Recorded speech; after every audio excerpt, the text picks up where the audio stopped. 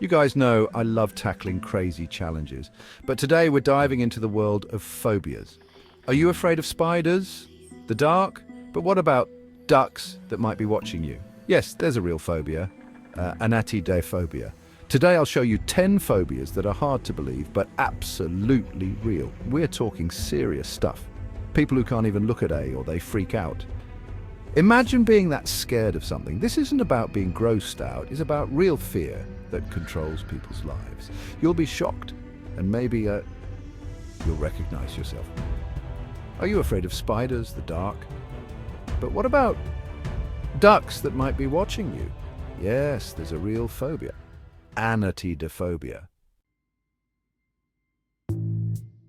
Alright guys, first up we have erechibutyrophobia, and no, it's not the fear of spiders eating peanut butter, though that sounds terrifying too. This phobia is about the fear of peanut butter sticking to the roof of your mouth. I know, we've all been there, that sticky, pasty feeling, but for some people it's not just annoying, it's pure terror.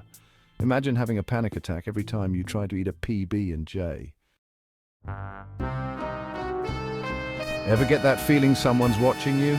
Well, imagine it's always a duck. Not some creepy stalker, but a duck. That's anatidaphobia. These folks are constantly looking over their shoulders, convinced a duck is out there, judging their every move. Imagine being too scared to go to the park because of ducks. Now, this one, nomophobia, I kind of get. We live in a digital world and our phones are everything, but for people with nomophobia, leaving their phone behind isn't just inconvenient, it's a nightmare.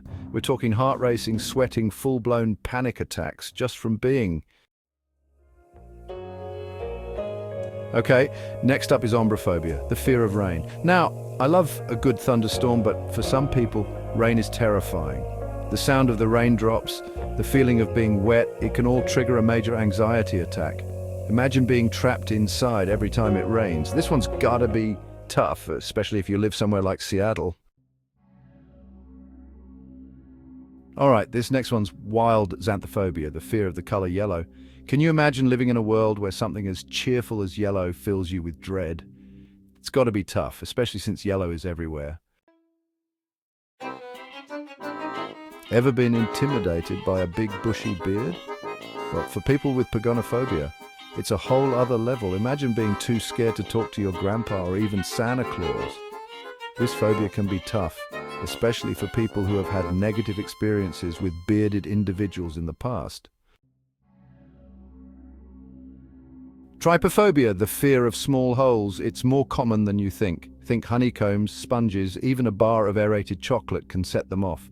It's not just about being grossed out, it's a visceral reaction that can cause serious distress. Imagine not being able to eat a pancake because of the tiny holes. This phobia is no joke.